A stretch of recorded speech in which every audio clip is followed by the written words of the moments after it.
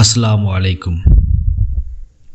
অনেকে টেক্সটাইলে পড়াশোনা করতেছেন আর দুশ্চিন্তায় ভুগছেন, টেক্সটাইল জব পাবো কি না, জব কেমন হবে, স্যালারি বা কত পাবো। আপনাদের সব চিন্তার অবসান ঘটিয়ে দেব এই ভিডিওতে।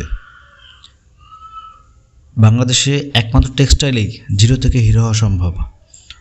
তবে টেক্সটাইল জব আপনাকে প্রথমে কোনো স্যালারি দিবে না, কারণ আপনার কোনো অভিজ্ঞতা নাই।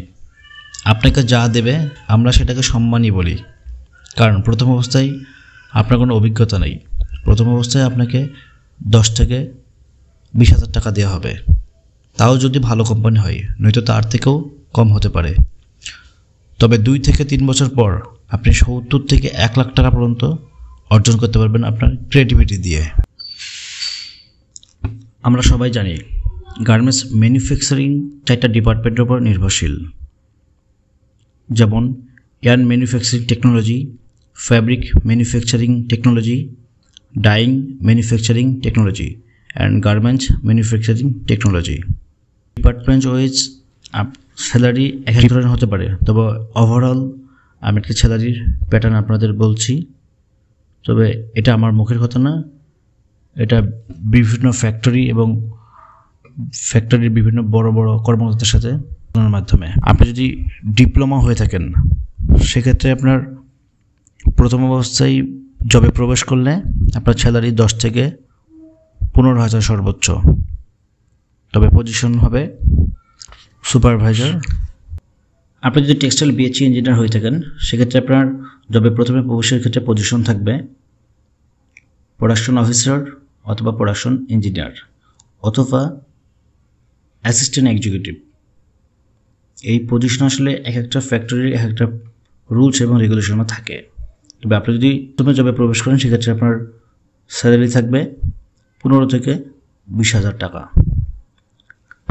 এরপর আপনি যদি এক্সিকিউটিভ পদে পদোন্নতি পান, সেক্ষেত্রে আপনার স্যালারি হবে 20 থেকে 35,000 টাকা। এখানে এক্সিকিউটিভ হতে আপনার অভিজ্ঞতা লাগবে 1 থেকে 2 বছরের। তার পরবর্তী পজিশন হচ্ছে সিনিয়র এক্সিকিউটিভ।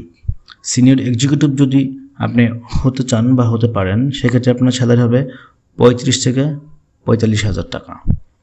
এক্ষেত্রে আপনার এক্সিকিউটিভ থেকে সিনিয়র এক্সিকিউটিভ হতে অভিজ্ঞতা লাগবে 3 থেকে 5 বছর। তারপরে সিনিয়র এক্সিকিউটিভ থেকে অ্যাসিস্ট্যান্ট ম্যানেজারে যদি আপনি পদোন্নতি চান, সেক্ষেত্রে আপনার স্যালারি হবে 45 থেকে 65,000।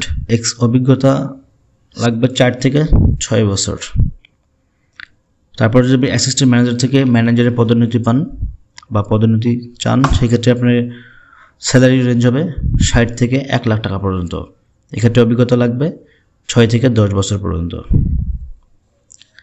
তারপর ম্যানেজার থেকে যদি আপনি এজিএম বা জিএমএ যদি আপনি পদোন্নতি চান, সেক্ষেত্রে আপনার স্যালারি হবে 1 থেকে 1.5 লাখ টাকা বা 2 লাখ টাকাও হতে পারে। তবে অভিজ্ঞতা লাগবে 10 থেকে 15 বছর বা 20 বছর পর্যন্ত। তবে এজিএম হলে কোম্পানির তরফ থেকে আপনাকে একটি প্রাইভেট কার দেওয়া হবে। আর এজিএম থেকে যখন জিএমএ আপনি পদোন্নতি পাবেন, সেক্ষেত্রে আপনার স্যালারি রেঞ্জ হবে 2 থেকে 6 লাখ টাকা, সাথে একটি প্রাইভেট কার। আর যদি ইন্টারন্যাশনাল কোম্পানি, সেক্ষেত্রে আপনাকে বাড়ি সহ দেওয়া হবে। তবে এক্ষেত্রে অভিজ্ঞতা লাগবে 15 থেকে 25 বছর। আমি আগেই বলেছিলাম টেক্সটাইল সেক্টরে জিরো থেকে হিরো হওয়া সম্ভব। তবে আপনাকে practically yarn, fabric, knitting, dyeing এবং গার্মেন্টসের ওপর আপনাকে ক্রিয়েটিভিটি দিয়ে অভিজ্ঞতা অর্জন করতে হবে এবং তা কাজে লাগাতে হবে। তবে যদি মনে করেন এক ফ্যাক্টরিতে বা এক কোম্পানিতে আপনি জিরো থেকে হিরো হবেন, তাহলে ভুল ভাবছেন। অবশ্যই আপনাকে কোম্পানি চেঞ্জ এবং এর সাথে পজিশন পরিবর্তন করতে হবে। তবে 4টা ডিপার্টমেন্টের ভিতরে টেক্সটাইল রিলেটেড ডিপার্টমেন্টগুলোতে জব করতে পারলে আপনি পজিশন এবং স্যালারি দ্রুত চেঞ্জ করতে পারবেন। ধন্যবাদ। যদি ভিডিওটি ভালো লাগে অবশ্যই শেয়ার করবেন, আপনার ফ্রেন্ডস এবং কলিগদের জন্য অবশ্যই শেয়ার করবেন। সে সাথে চ্যানেলটি সাবস্ক্রাইব করে পাশে থাকবেন। ধন্যবাদ। আসসালাম।